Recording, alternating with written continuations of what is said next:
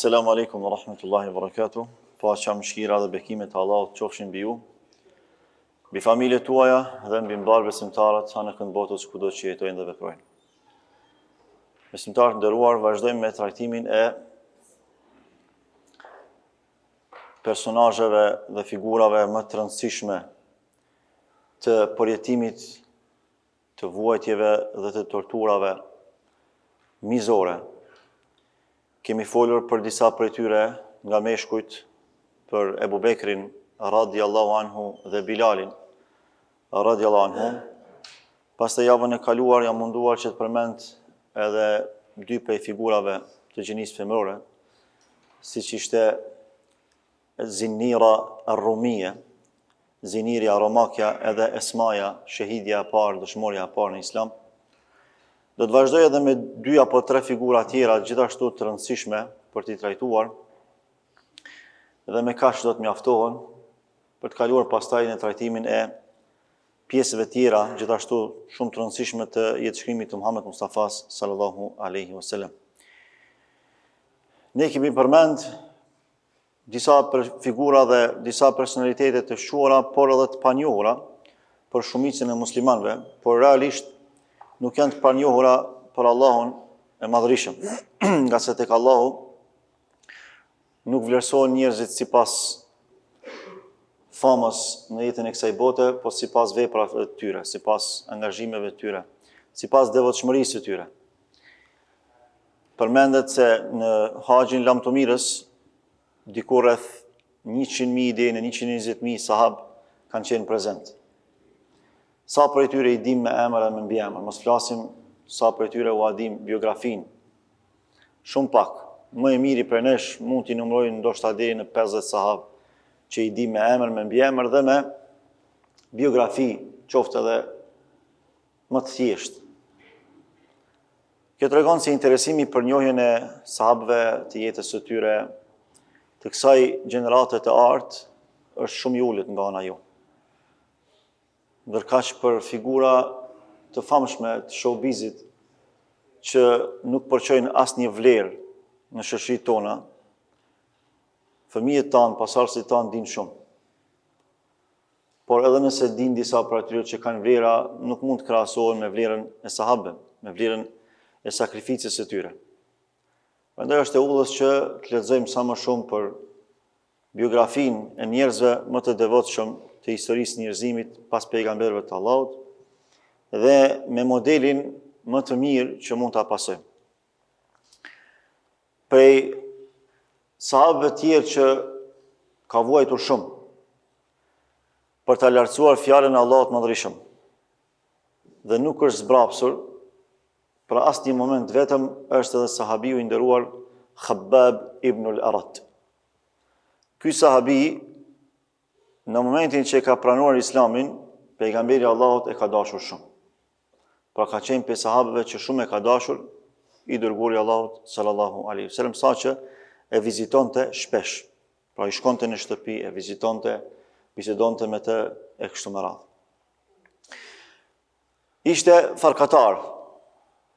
Me zanat ishte farkatar, por me status shoqëror ishte rob i një pronareje të mirë njohur në Mekë, e që ishte Ummu Anmarin el-Khuzaia. Kështu e kishte emrin ajo. Një ditë prej ditësh dikush e informoi pronaren e tij se ai e kishte pranuar Islamin. Dhe ajo në shej zemrimi erdhi edhe ndëshkoi më njëherë Khabbabin, në qenë se ka qenë pronë e saj. Shklevërit kanë qenë pronë. Edhe me hekur të djegur, ja djeg kokën Khabbabit. Edhe i thot, kthehu në idhujtari, kthehu në fenë të parëve, braktise Islamin, braktise Muhamedit. Khabbabi i përvujtur shkon tek pejgamberi Allahut sallallahu alaihi wasallam edhe i ankohet. Dhe është interesante se sahabët edhe për çështje fizike, edhe për çështje që s'kan pas të bëjnë me shpallje, janë anku pejgamberit Zotit alaihi salatu wasalam. Kjo për arsye se nuk kanë pas adresë më të sigurt, me të cilin kanë mujt me shkëmby një hall, një gëzim, po në anën tjetër edhe për shkak të bekimit të tij si pejgamberi Allahut, madje si vule pejgamberisë që ka qenë alayhi salatu wassalam, i cili çdo herë i ka këshilluar për më të mirën.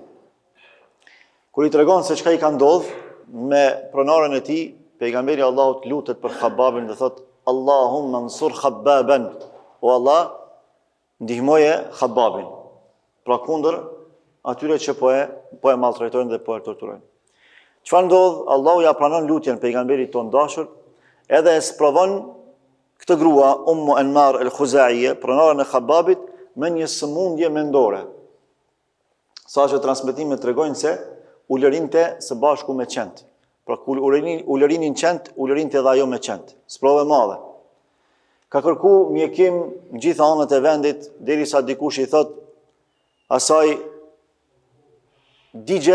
digje kokën. Është një lloj mjekësia alternative që e kanë përdorur arabët për disa smundje me hekur të djegur i kanë shëru varrat. Edhe dikush i ka thonë sepse është një fjalë, disa e kanë komentuar si hadith, por nuk është hadith, është një fjalë e urtë arabe, s'ka të bëjë me hadith, që thot akhiru tib el kej. Mjekësia e fundit, ilaçi i fundit është djegja. Edhe i thonë ata e këshillojnë digje kokën me hekur të djegur, mbase mund të shërosh. Edhe e sjell Allahu punën, kjo i thot Khabbabit që vetja ka djeg kokën, edhe i thot ma digj ti mu kokën, mos po më shëron Zoti. Shikoni se si Allahu i madhrishëm bën që besimtarët e tij të triumfojnë. Pra, në të njëjtën mënyrë që i ka bërë zullum Khabbabit, kjo grua, kjo pronare, në të njëjtën mënyrë Allahu ja ka kthy ndëshkimin madje prej dorës Khabbabit, prej dorës robit vet. Se Allahu vet na ka këshilluar neve në Kur'an. Përmes ajetit që ka këshilluar Muhamedit alayhi salatu wassalam, duke thënë wasbir wama sabruka illa billah wala tahzan alayhim wala taku fi dayqin mimma yamkurun inna Allaha ma'al ladhina ittaqaw wal ladhina hum muhsinun. Që do të thotë durohem Muhammed. E durimin e ke vetëm nga Allahu i madhrishëm. Pra nëse i mbështetesh Allahut, do të durosh me ndihmën e tij. Wala tahzan alayhim, edhe mos u mërzit për atë që ata e bëjnë ndaj teje, që e flasin apo e veprojnë kundrejt teje. Wala taku fi dayqin mimma yamkurun, e as mos u ngushto për atë që ata thurin prej komplotave, prej kurthave eventuale. Inna Allaha ma'al ladhina ittaqaw, tash Allahu po ja qetson shpirtin pejgamberit ton dashur dhe neve rrjedhimisht si pasues ti, duke thënë Allahu është me ata të cilët janë të devotshëm. Pra, me ata që i ruajnë haramit, me ata që i përmbahen fjalëve të Allahut, me ata që i përmbahen kufive të përcaktuar nga ana e Zotit Madhreshëm. Inna Allaha ma'al ladhina ittaqaw wal ladhina hum muhsinun. Allahu është me të devotshmit edhe me bamirësit. Pra sa herë që mund të sprovohemi në jetë me padrejtësi të natyrave të ndryshme, gjë që është krejtësisht normale mos sprovu, janë sprovu pejgamberët, do sprovohemi edhe ne. Çfarë do komploti, çfarë do shpifje, çfarë do intrige, çfarë do kurthi, çfarë do padrejtësie që dikush mund ta bëjë në adresën tuaj, ju mos u mërzitni. Thjesht drejtojuni Allahut, mbështetuni atij, ai do t'ju bëjë zgjidhjen më të mirë. Dhe nuk përjashtohet mundësia që Allahu në të njëjtën mënyrë atyre ka mua kthyr ndëshkimin, pra përmes mënyrës së njëjtë që juve ju kanë bërë zullum. Dhe kjo ka ndodhur shpeshherë në jetët tona që e dim për rasteve të caktuara, qoftë diçka që na ka ndodhur neve apo dikujt tjetër nga familja apo nga shoqëria ku ne jetojmë. Prej sahabive tjerë që është sprovuar shumë është edhe Sa'd ibn Abi Waqqas. Sahabiu i nderuar që pejgamberi i Zotit e thëriste daja im, për arsye se kishte preardhje siç kishin edhe dajet e pejgamberit Zotit sallallahu alaihi wasallam. Ishte respektues shumë i madh i nonës vet. E nona vet e ka dashur shumë Saadin. Mirë po, një person që quhet Uthman bin Talha, i cili shumë më vonë do ta pranoi Islamin kur shtirohet Mekka, e informon nonën e këtij sahabiu, Saadit, edhe i thotë se Saadin e kam pa tu fal namaz, ashtu siç falet Muhamedi. Dhe kjo tregon se ai ka pranuar Islamin. Kur dëgjon nona e vet, tmerrohet nga ky lajm, edhe e mbledh familjen e vet, edhe kabilin e vet, edhe e kapin Sa'd ibn Abi Waqqasin, e ngujojnë shtëpi, e burgosin, pra me burgim shtëpiak, edhe nuk e lirojnë derisa kur të ndodh hijreti, pra mbetet i ngujuar. E tash kjo në shej për me zbraps prej fesë Allah, prej fesë Muhammed Mustafas, në një farforme i bën presion edhe dhun psiqike djalit vetë Saad ibn Waqasit. Për pos që e lidh, ajo vendos mos me ngranë dhe mos me pi as gjatë deri vdes. Edhe i thot, nëse ti nuk e braktis Islamin, nëse ti nuk e braktis Muhammedin, unë kam e vdek urije, edhe etje, edhe këtë kanë me thonë, Saadi e ka vra nonën e vetë. Dhe kjo është turp i madh për ty, nëse ndodh një gjë e tillë. Edhe ashtu bën, nuk han, nuk pin asgjë. Vinë edhe familjarët e saj, transmetimet tregojnë se edhe mundohen pra me zër, në një farforme me imponim, mundohen m'ia hap gojen me shkop, nuk e hap gojen, nuk han, nuk pin për 3 ditë radhazi. Edhe largohet në shkretin, kthehet në mbrëmje, mënyrë që me i bë presion psikologjik, sahabiu të nderuar Saadit, djalit saj, që ai me braktis Islamin. Allahu e zbret ajetin kuranor ku thot: "Wa wassayna al-insana biwalidayhi husna", ne e kemi porositur njeriu që të jetë i mirësjellshëm me prindrit e tij. "Wa in jahadaka litushrika bi ma laysa laka bihi ilm fala tuti'huma", nëse prindrit tuaj, nëse prindrit tu, këtë rast i ka zbrit Saadit, ty të urdhërojnë që të më bësh shirk mua, përmes gjërave që ty nuk i di, për nuk e njohuri për to. Fala tuti'huma, ti mos ju bind atyre dyve. Pra mos ju nënshtro urdhrit që çon në mëkatim. E nuk ka mëkat më të madh se sa me i bë shirk Allahut apo kufër, pra idhujtari apo mohim. Ilayya marji'ukum fa unabbi'ukum bima kuntum ta'malun, të gjithë e keni kthimin tek unë, e pastaj unë do t'ju informoj për gjërat që i keni vepruar, për veprat që ju i keni vepruar.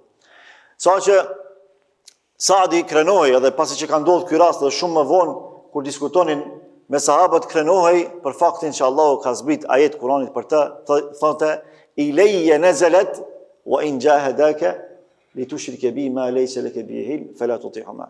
E përmendte pra ajetin që e citova paraprakisht.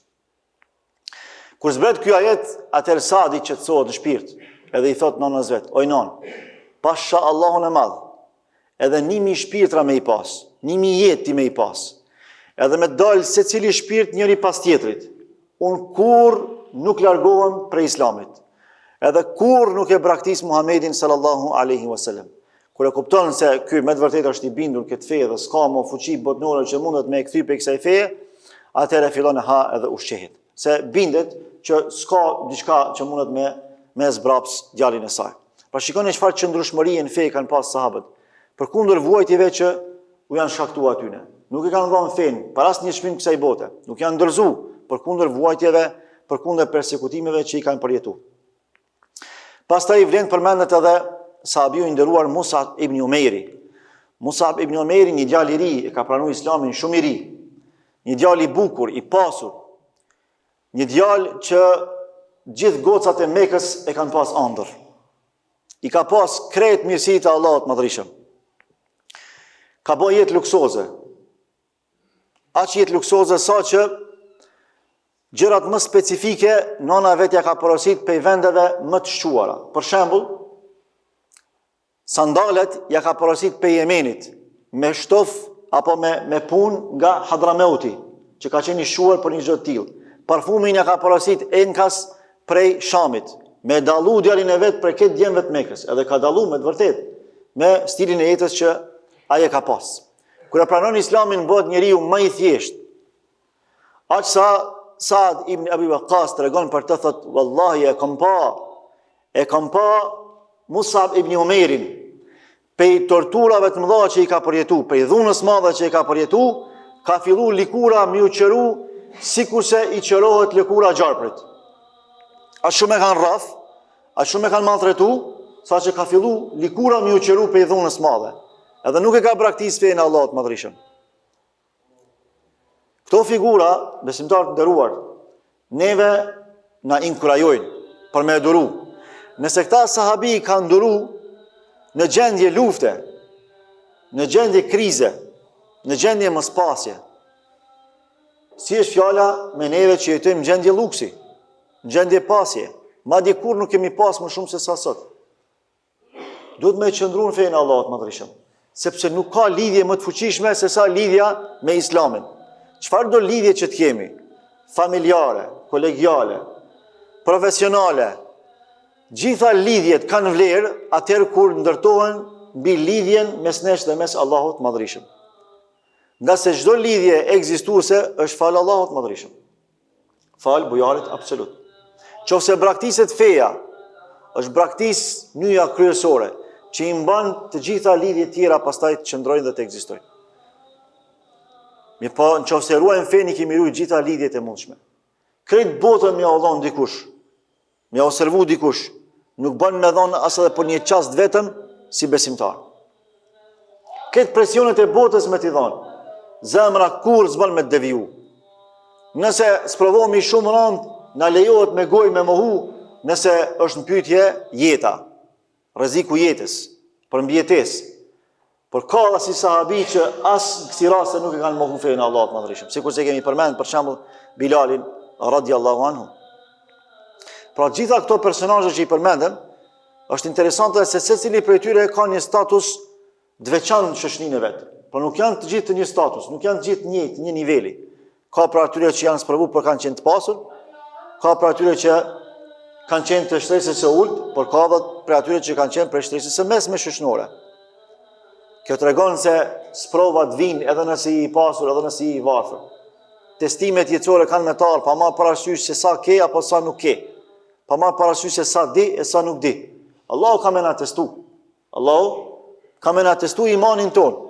Është shumë lehtë me qenë besimtar në kamje, mirësi, lehtësi, pasuri. Mi po kur s'ke, kur ti merr Allahu i Madhërisëm, kur s'provon Zoti i plotfuqishëm, kur ti qënë disa prej zullumqarëve që vinë dhe ta cenojnë fenë, testohesh, sprovohesh. A e përmendëm javën e kaluar sa sprove rand ka qenë për Zinirën. Zinira ka qenë robneshe e Omerit, ka qenë sklave e Omerit radiallahu anhu. Po aso kohë ka qenë i pa bërë musliman, se ka pranuar Islamin ende. A dini sa maltretimin e ka përjetuar dhe prap nuk është zbrapë për fejes Allahut. A ja mur Allahu shikimin? Po. Nuk ka pas provë matron se sa në atë moment me të ardhe me të thonë, qyre, të ardhë dënimi se ti e le fejnë të parve tu, të ardhë më njerë në dëshkimi për Zotit. Fitne e madhe, sprove madhe. A më e që ka thonë? Ja, vallahi, kjo është për ati naltë, kjo është sprove për qili, është për Allahut Madhërisëm. Edhe është po i njëti që ma këthen shikimin, Allahu ja këthej shikimin me njerë. Pra, ti shkorit kjo sahabi e ndëruar, e kishu për edhe dynjanë dhe ahiretin. Na sprovon Allahu. Na teston Allahu, andaj t'ja dëshmojmë Zotit se me të vërtetë jemi besimtarë sinqert. Allahu ju nderoj dhe ju shpërbleft për dëgjimin, lutim Zotin e Madhërisëm të na bëjë për besimtarëve të sinqert në fjalë dhe në vepra, na bëjë për të durueshmëve dhe për atyre që çfarëdo që i servon jeta, me çfarëdo që joshet nga dikush nga jeta e kësaj bote, ai qëndroni pa lëkundur, stoik dhe stabil në fejnë Allahut Madhërisëm. Walhamdulillahi Rabbil Alamin, aqulu qawli hadha, wa astaghfirullaha li wa lakum, wa li sa'iril muslimina min kulli dhanb, fastaghfiru innahu huwal ghafurur rahim.